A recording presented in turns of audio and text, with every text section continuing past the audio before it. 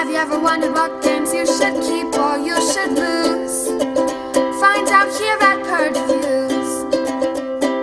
Sky Towers is a very light print and play game at this time. I hope one day it gets a release because it's a really fun little game. There's 3 different variants in you can do, and you're trying to add up certain things. And there'll be scoring cards there that will kind of dictate which way you want to go.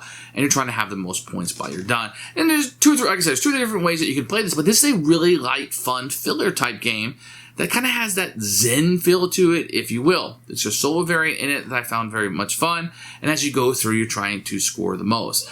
I feel like this is one that you should print out and play. If it ever becomes available, I think somebody should pick this up and try to add it into the sales channel because it really is a fun experience. Now, it's not one of those thinky things, oh my gosh, what I'm going to do, my mind's going to bust, but it does have that kind of pressure luck, that kind of fun element to it where you're not always sure what's going to come next and you hope things kind of work out for you. So it's been a fun experience for us. We're glad that we got to play this one, and one I can tell you that you really need to check out. Keeper for us. So this is a print and play prototype version, if you will, so don't get too excited about the components because they could change. What we're going to look at here is the rulebooks. We'll take a look at in a few minutes.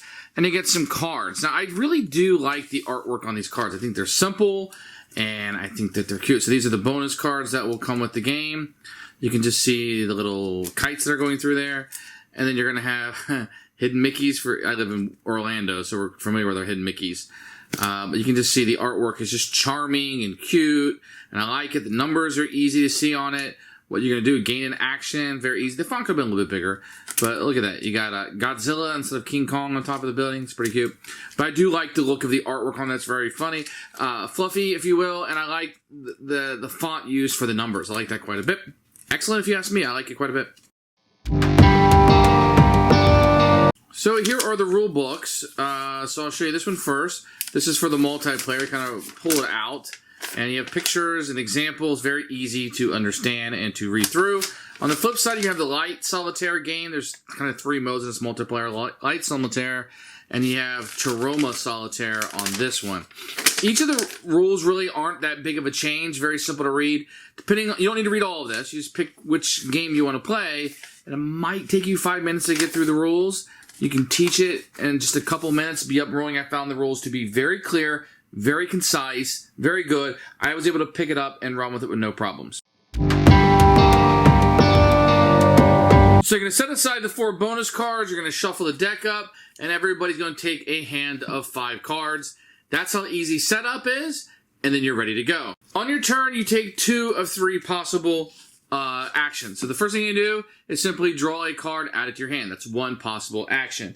Second thing you do is return, or let me show you this. So you can play a card down into your tower. Now think about, towers are in a 3 and 4 player game, you can only have 1 tower at a time.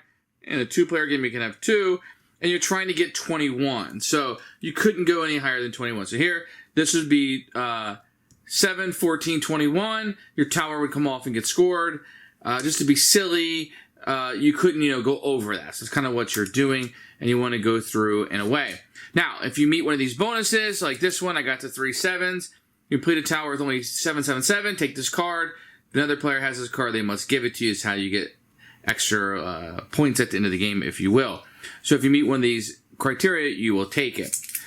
Otherwise, some of the cards will have different things on them. So, like, for example, a 1 can only be covered by another 1. So if I had 7, 3, and I throw a 1 down, now I'm stuck just placing 1s here. That's all that I can do. Now remember, on an action you only play 1 card, but if you're playing 4s, you can play as many as you want on a turn.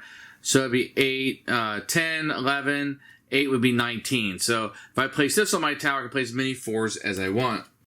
If I were to play 5 down on a tower, then every other person who has more than 5 cards will have to discard down to 5. Pretty easy. If you play 6, you can draw a free card or ask people, kind of like a Go Fish, do you have a 7? If they have a 7, they have to give it to you. So 6, if you're fishing for a certain card, you want to get these 3 7s, or you're trying to meet one of these criteria, this card, playing a 6 can help you get there. If you were to play an 8 or a 9, you can immediately take another action. So normally you get 2 actions. If you were to play down to 8 or a 9, then you would get a 3rd action. And the last one is a 10. You cannot cover a 10 with any other card. So if you can get an 11, let's say back in our example of having 731, that's 11. Great time to play your 10 and get to 21 because then this will score. At the end of the game, you're going to score for each of the kites that are listed on the cards and for each bonus card that you have. So it's very important to get those. So like the ones, would give you 2 kites where the 10 doesn't have any kites on it. So you add up the number of kites that you have plus bonus cards. So if this is my score, I would end up with 5 kites because there's 3 on here.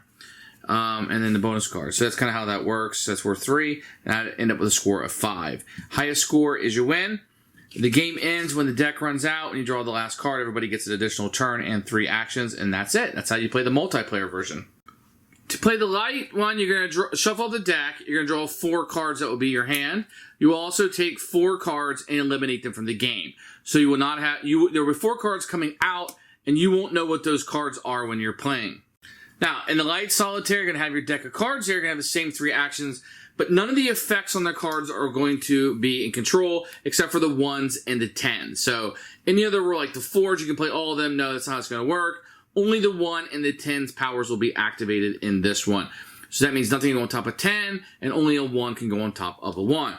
All the other actions are going to be the same. You can draw from the top of the deck, and that's an action. And you continue to take actions until you cannot take any more actions. Now, in the solitaire version, you can have up to 2 towers. So I could play a card from my hand there and maybe 1 here. So now I have 2 towers going. So if I want to play another card, that would be 14. Now, I can still try to obtain the bonus cards, but I can kind of add it. So maybe I want to draw a card here. Maybe put that down there. Once again, the power of the 5 will not take effect. So I'm building 2 towers. Once again, it's going to bust and score when you get to 21. Now, hand size. You're limited to hand size. So in the normal game, you're going to draw 4 cards. I can never draw up above 4 cards. There are difficulties where you can have 5 cards in your hand, 3 cards in your hand, etc. Remember, you can never draw above your starting hand size. So this version, kites don't matter. How many towers you're able to get to 21 and complete, plus the bonus cards you are able to obtain will give you your score for the game.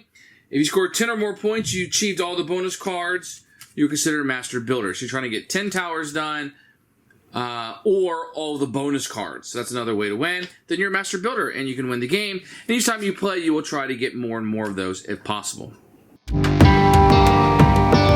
Who should buy this game? Anyone looking for a light experience. You like counting the numbers up, the card play, the hand management of it I think is really fun.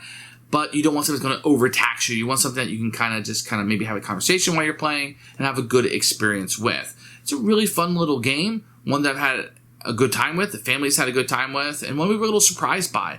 The theme of it, the light feel of it isn't normally something I would like, but we did have a great time with this one, and one I can recommend to you. Keeper.